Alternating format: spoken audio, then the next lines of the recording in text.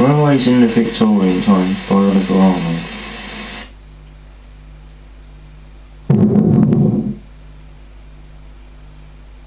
Introduction Part 1. Archive footage of steam in the early 1900s, narrated with a poem.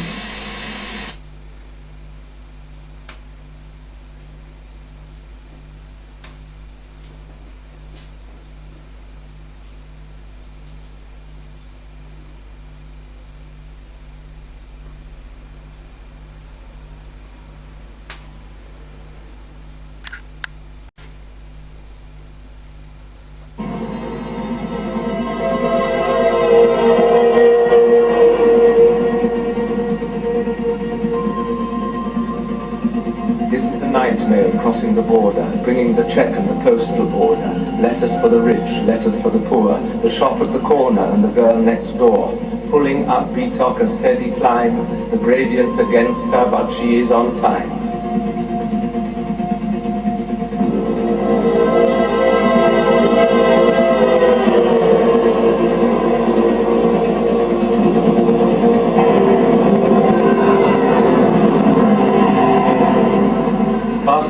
Intent on its toil, moving the coke and the coal and the oil, girders for bridges, plastic for fridges, bricks for the site are required by tonight. Grimy and grey is the engine's reflection, down to the docks for the metal collection.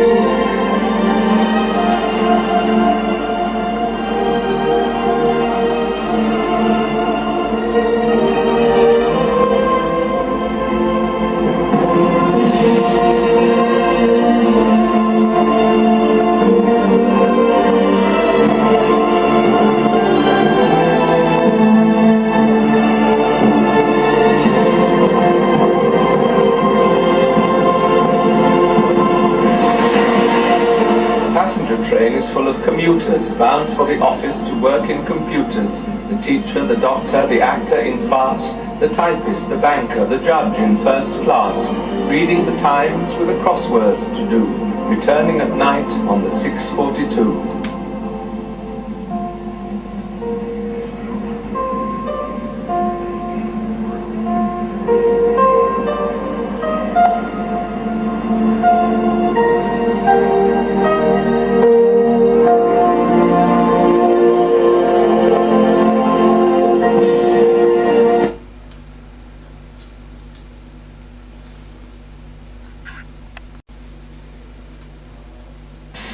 Introduction Part 2. Before the Victorian era, Britain had few railway lines in existence. Those that were running were mainly built between coastal areas, rivers and towns to aid transportation for industries. They rarely carried passengers and were expensive to run. By 1838, engineers like Robert Stephenson and Isambard Kingdom Brunel had become involved, leading to Britain becoming a revolutionised country. The building of railway lines, bridges and tunnels enabled the transportation of goods and passengers by steam across large areas of the country, turning Britain into a thriving workforce. The Victorian era was to produce the birth of both the Industrial Revolution and Britain's network of railways. London to Birmingham Railway. One of the first railway lines to open was on 17th September 1838 from London to Birmingham. This line connected London to the Midlands. It had been planned since 1833 before Queen Victoria came to the throne. The Kilsby Tunnel, south of Rugby, was completed and enabled the 112-mile line designed by Robert Stephenson to be opened. The London to Birmingham line was the first railway line into the capital. Passengers disembarked at the newly designed Euston Station. This line prompted the start of the Great Railway Boom.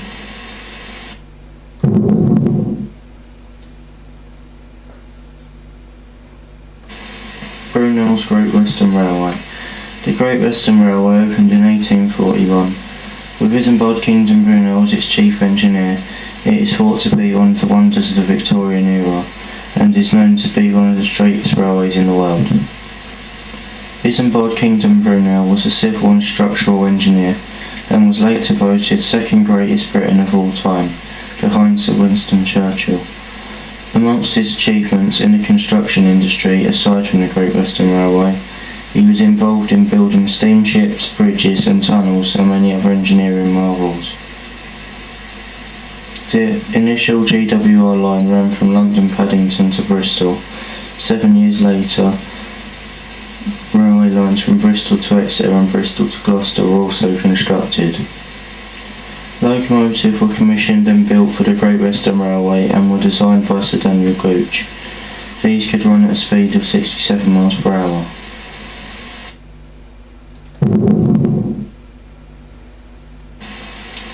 Due to the gauge Brunel used for the lines, trains were unable to run into Euston, and this is why Brunel chose to build his own station at Paddington. In December 1840, the railway had reached Chippenham. It crossed the centre of town on a viaduct that was also designed by Brunel. Whilst work continued from the east, construction also began on the western section from Bristol to Bath, which came into service in 1840. Alongside all handouts, please spend time looking through some original telegrams, letters, invoices, estimates and plans for alterations and building works to be carried out on the Great Western Railway. Please note that whilst these are dated 1915 to 1916, they do make reference to 1905, and feel that as it isn't that far from the end of the Victorian era, they should show good examples of how communication would have occurred and how work is carried out. This is original GWR paperwork that is around 100 years old. Then came the London to Brighton line.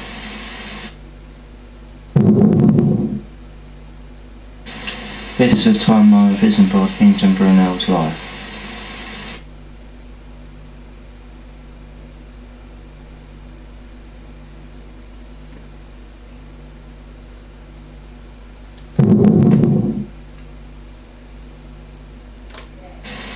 London to Brighton Railway. In the 30 years between 1841 and 1871, Brighton was the fastest growing town in England. Situated on the south coast, it had a direct rail link to London. The first train arrived in a London station in September in 1841.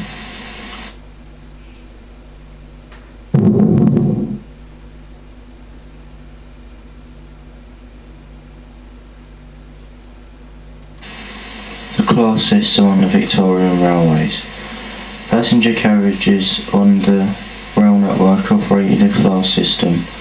In Victorian times, people of the middle and upper class wealth saw themselves too important to be travelling with those who lived in poverty. Train carriages initially offered only first-class travel to passengers, meaning anyone with little or no wealth was unable to use the service. Throughout the following few years, companies then added a third-class service, allowing access to those in poverty, and finally a second-class service for the well-established family. These carriage systems were to be in place for years, only to start being phased out in the mid-1900s, with first-class options still in operation today at a premium cost.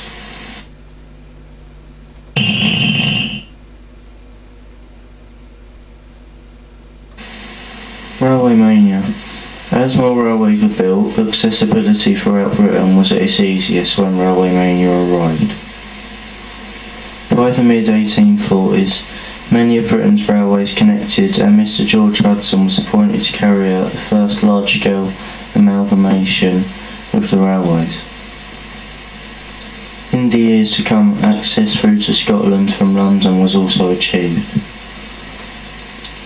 The geographical area covered by the railway system has grown enormously, with a vast amount of the major main lines being completed during the Victorian era.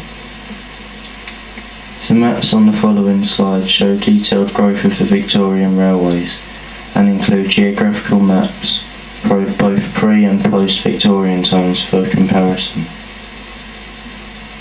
Please see handouts for larger copies of these maps and large copies of area maps showing a colour-coded key detailing and explaining when exactly each rail line was built and introduced.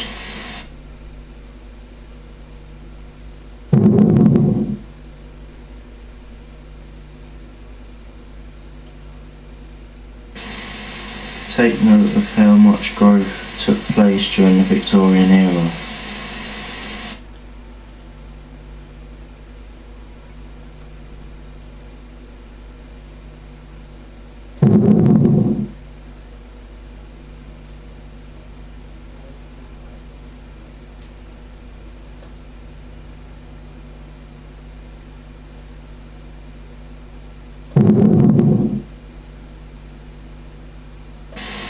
The next 3 slides shows a timeline of UK railways.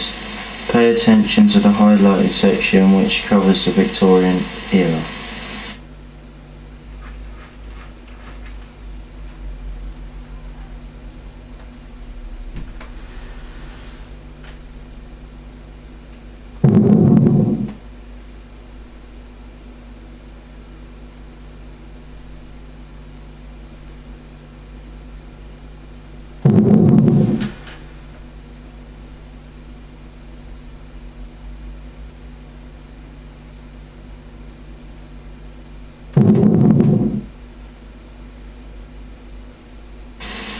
Religion during the Victorian railway boom.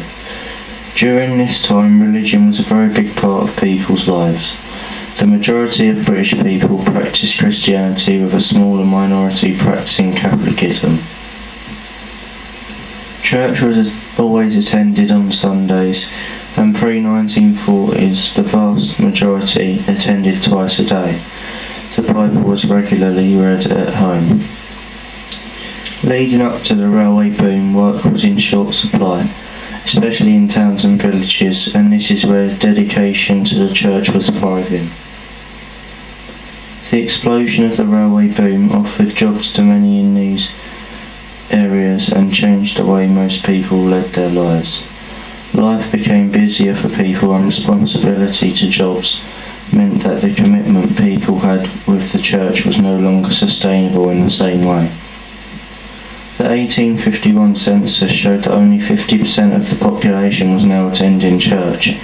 Previous estimations had shown the percentages to be far higher.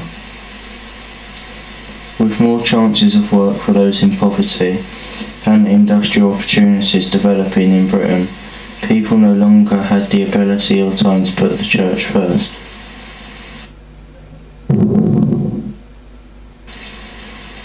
For those that hadn't compromised their religion for work and wealth, another problem that appeared to incriminate church had arrived. Along with the boom the railway was providing, it had also offered the opportunity for a new type of crime. Trains had become a dangerous place for the lone person to be, and carriages were often occupied by robbers, pickpockets and murderers. Disguises were often worn by such criminals, and dressing as clergymen was common practice. Many travellers were led to believe by these criminals that the Church of England had ordered the mass exchange of incumbents. A loss of support for the church obviously followed.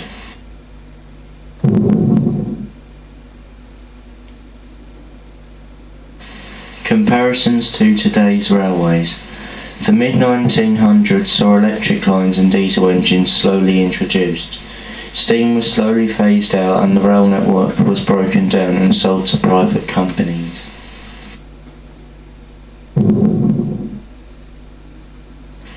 The grandeur of the train is long gone, as is its importance to the economy and industries compared to the Victorian era.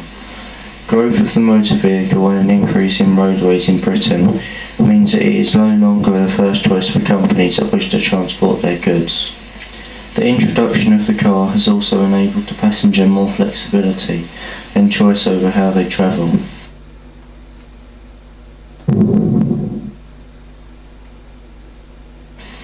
Sadly, Britain's current rail status is in serious decline.